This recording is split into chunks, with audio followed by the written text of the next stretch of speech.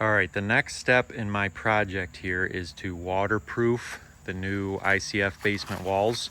I'll be using a peel and stick type membrane to waterproof. I'll talk about that more when I start doing that, but first thing I got to do is pull up all my temporary walkway scaffolding here that I built. I needed that to walk around when I poured the walls. So I'm going to take all this stuff up and get it out of the way first.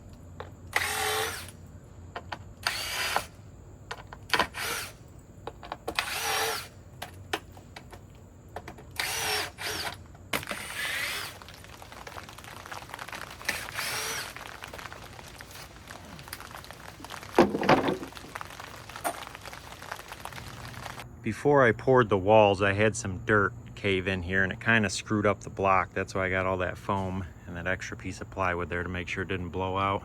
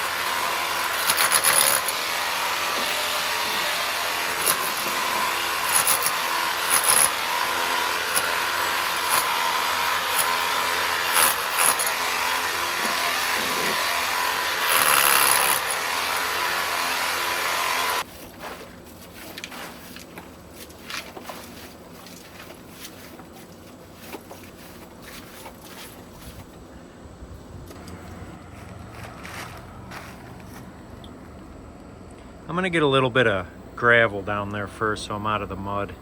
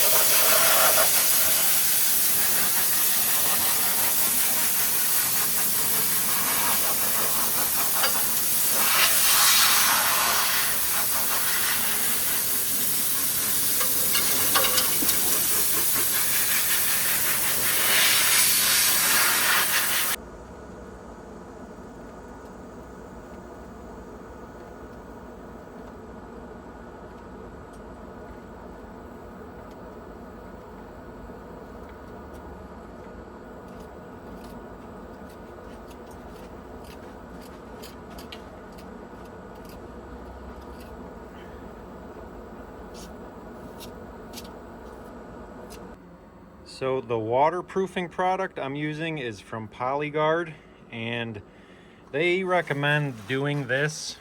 Apparently this is an important step. I've seen some other videos of people doing it, and they say this is pretty important to get this gap filler stuff on the bottom, so that I don't think it's so much to seal the bottom, but to give the waterproofing membrane a better transition so there's no big voids. But I don't know, it doesn't seem very, I don't know how necessary it is. It seems, it doesn't seem to stick very well, but I already bought the stuff, so I guess I'll use it.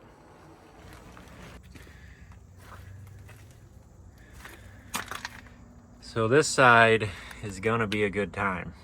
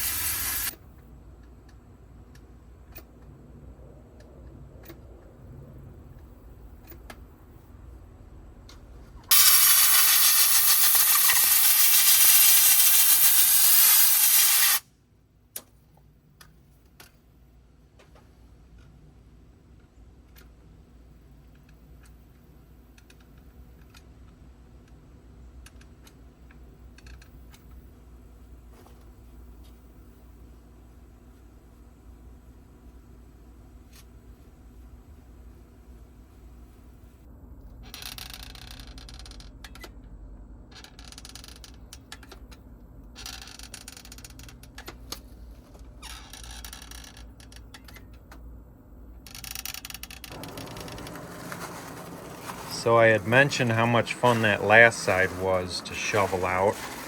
I forgot to show you this side. Not gonna be fun.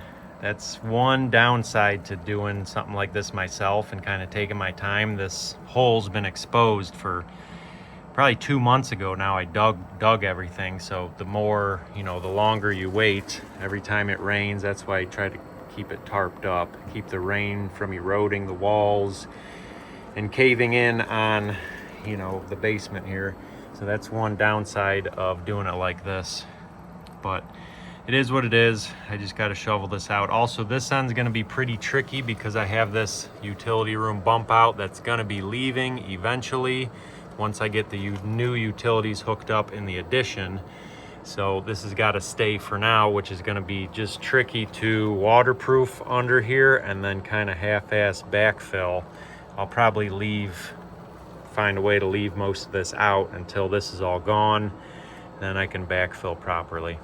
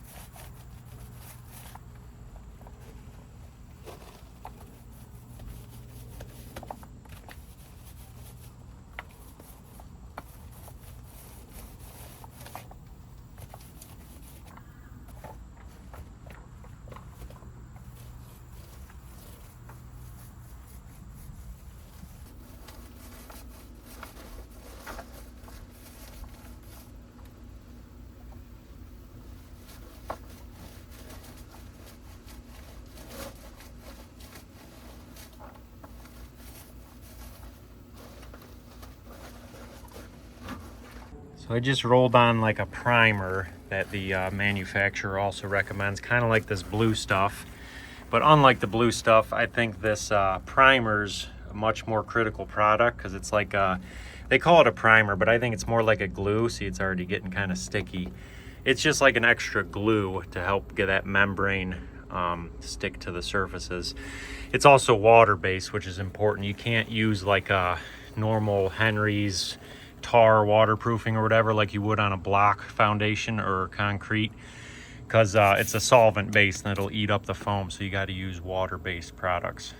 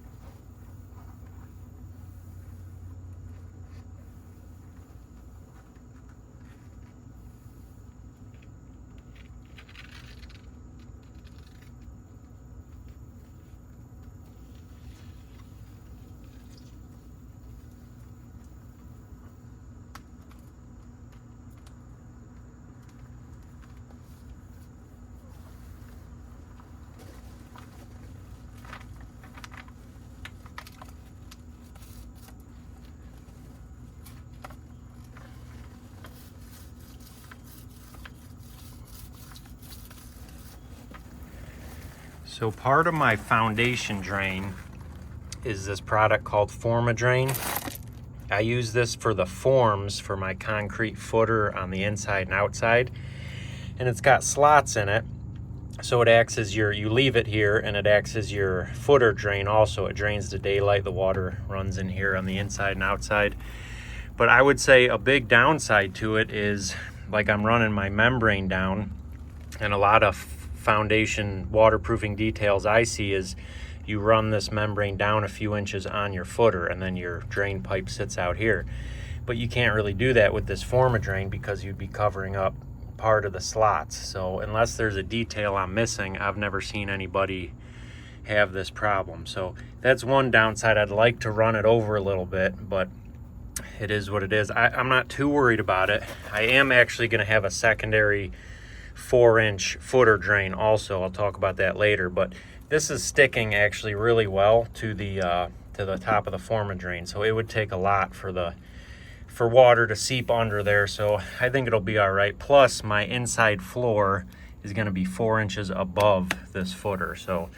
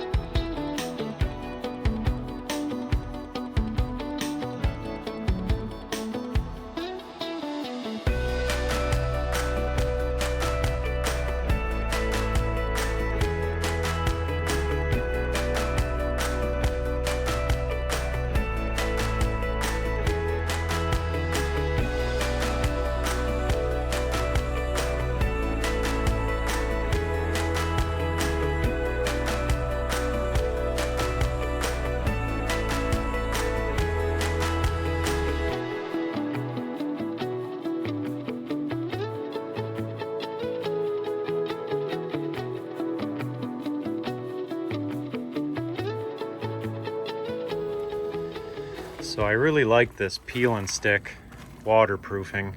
I wasn't too sure about it at first, but after I did some of it and got the hang of it, I ended up really liking it. I like how thick it is, and it's really durable, and it sticks super well to the foam and the concrete footer. It sticks to itself really well too. So I feel really good about that. Easy enough to apply by myself. It would help with somebody else, but it's easy enough to do by yourself if you have to. So there is other products like a roll-on rubberized paint products, and I did a bunch of research and watched a bunch of video on those, and I didn't really feel great about any of them. I mean, I'm sure they work.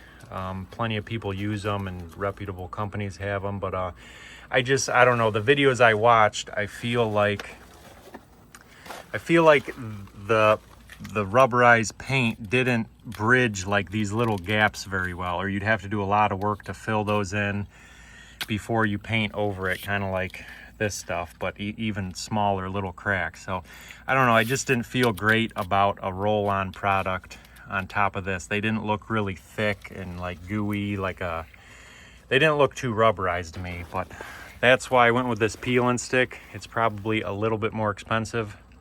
I didn't really price out the roll-on stuff, but I'm assuming this peel and stick's more expensive, but I feel a lot better about it. I feel like it's a solid barrier to keep water from getting in, and I don't ever want to dig up this foundation in my lifetime. So I thought that was the better move. So speaking of never wanting to dig up the foundation again, my next move is to put in a secondary drain pipe. I have this drain that's gonna take water out to daylight and drain it from my foundation, but I'm already in here. It's only a couple extra $100. I'm gonna run another 4-inch drain tile pipe all the way around this foundation with drain fabric, wash stone, and try to get my wash stone most of the way all the way up the wall to help prevent any water issues in the future. So, and I also am going to put some foam board against this waterproofing because the backfill stone you could have some trouble with tearing up this waterproofing. So you want to protect this with something from your backfill.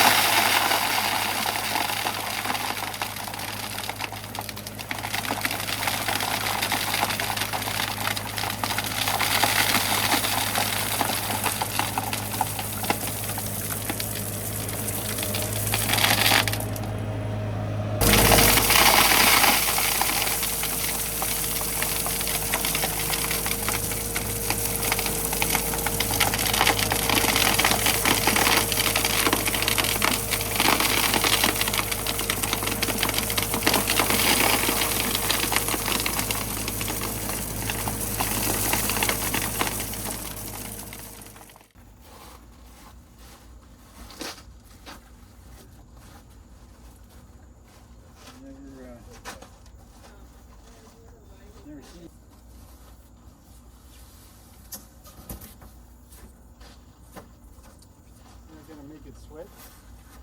No, I wouldn't do that.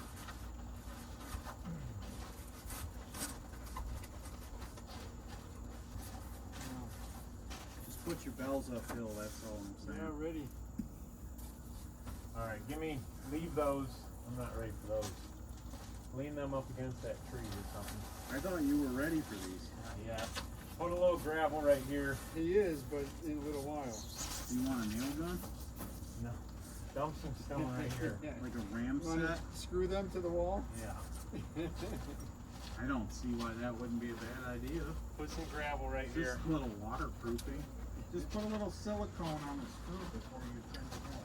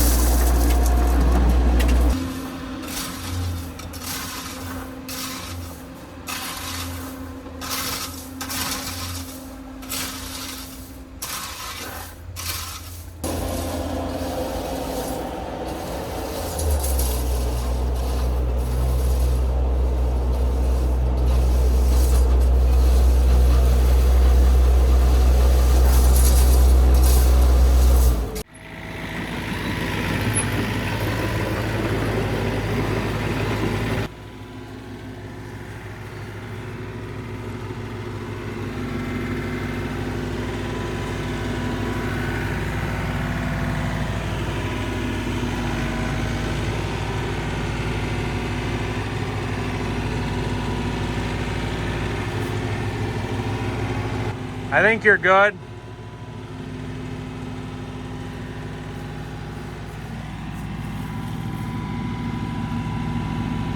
All right, hold that.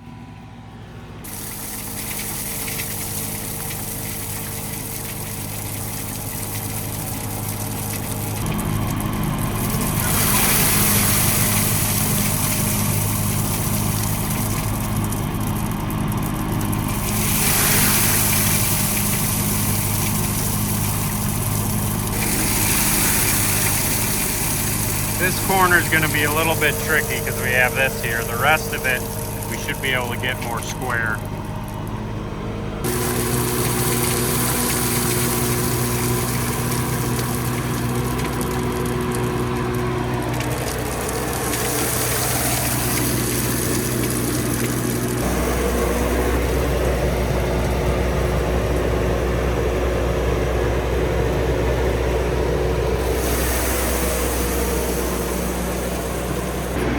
See if this has enough ass. Pick it up. Try it.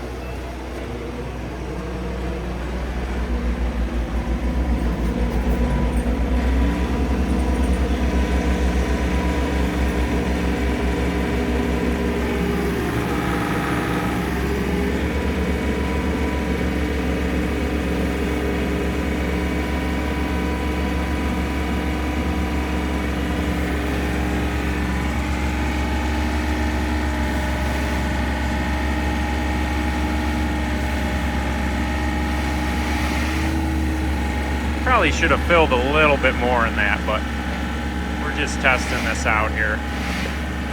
Oh yeah, just as we planned.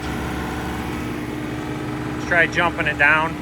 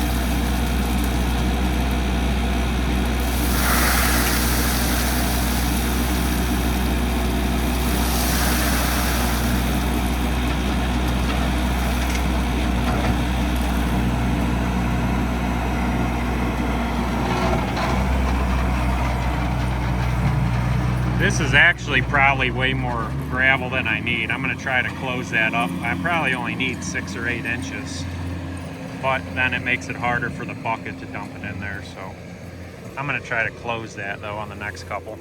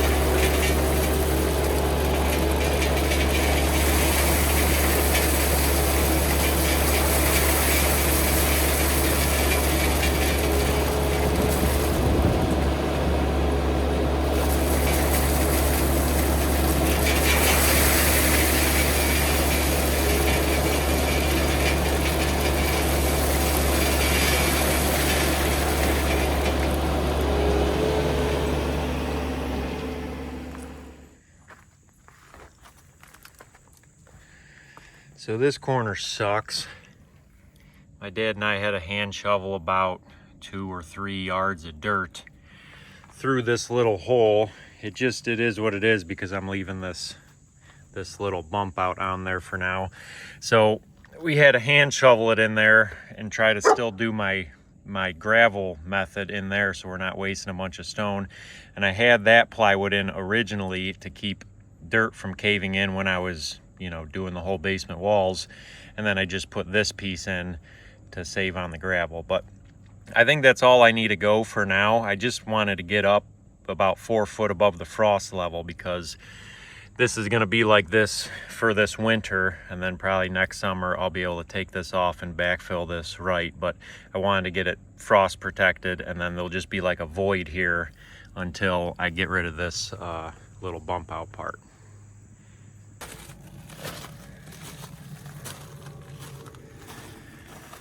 So I'm gonna try to pull this plywood out first, get that out of the way, and then I'm gonna try to just slide this one 4 or 5 feet, shovel a little more gravel in there, and I don't know, maybe move my plate next to it, dump some dirt in here, kind of shake it out, and then once I'm, I don't know, 5 or 6 more feet, I could just keep going with the plate the rest of the way to the end of my existing house.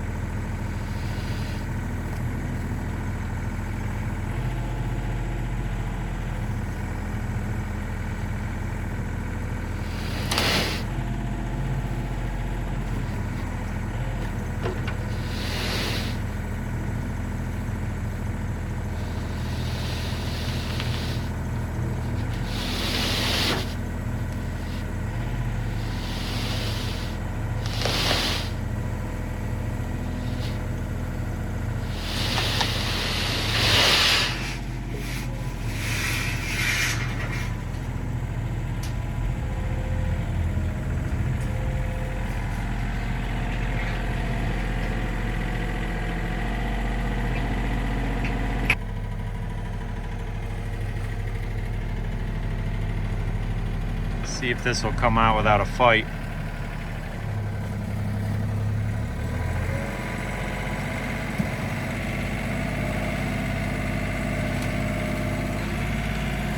Can you swing? I'm gonna give it like a Jerk it.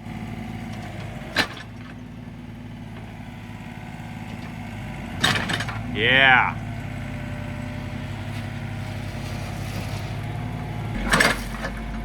Come down. All right, try that.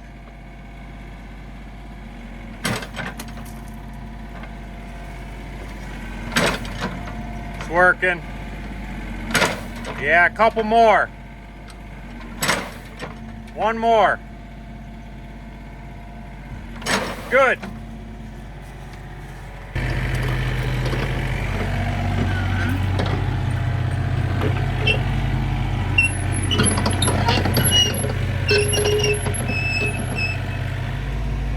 Wish we dug that out nicer. This little dip is kind of a pain.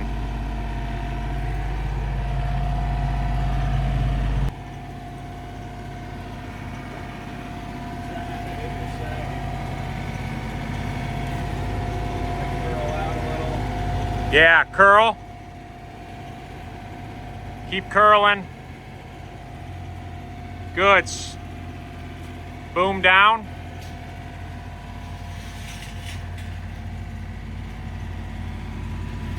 Good.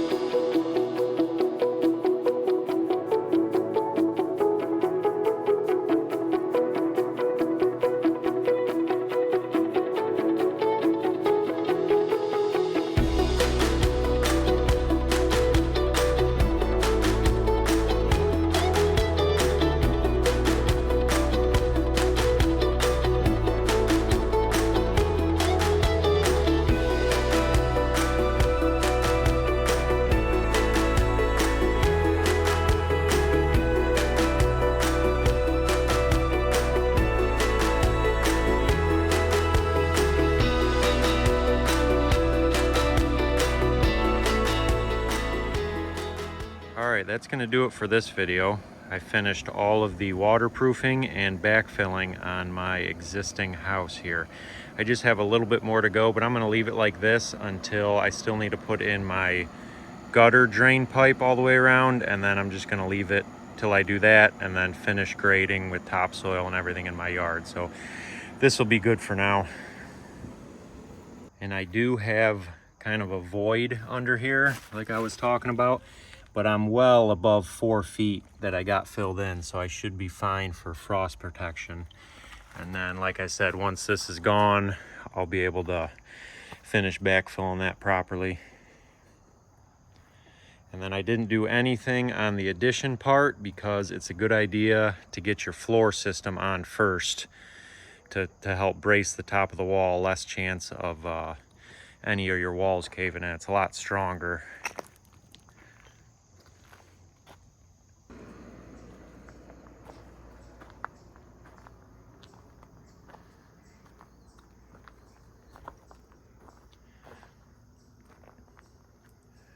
So my plate idea worked out real well, kind of better than I thought. I was able to jam that plate in there so I didn't waste too much wash gravel and then keep switching back between dirt and gravel. So I was happy about that. It still took all of this, I think was 40 tons of wash gravel.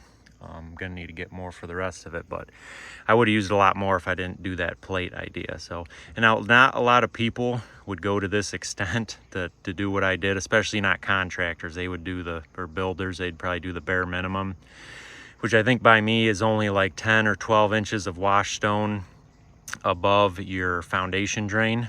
Definitely not all the way up like this, or I don't even think it calls for a dimple mat or any kind of drainage mat around the wall. But I think it's going to be well worth it. I plan on being at this house for a long time, if not forever, so I don't want to ever have to dig up the foundation and deal with basement water issues. So I think the little bit extra money with even the foam insulation board for protection and the extra drain pipe on my foundation and a little bit more time, it took a lot more time to do it that way, keep jumping that plate, but I think it's going to be worth it. So don't ever have to come back and deal with this. Also, a lot of people don't realize the building code is the worst way you can build a house legally. So keep that in mind. There's always better ways to do things, different products and better ways. So, and then my foundation drain, I just got it left off right there for now. Eventually I'm going to tie it in across there, and then when I finish that addition, it's going to drain all the way down there. That's going downhill and then to daylight down there. So I won't have to worry about a sub pump in the basement or anything. It'll all be gravity. And I'll have double the drain down there. I have that forma drain, which is perforated and hollow, and then that extra 4-inch drain that I added. So I should be good on any groundwater. But my next move is going to be pouring the concrete in my basement, but I'm going to be doing in-floor radiant heat, so there's a lot more involved than just concrete. But that is my next move.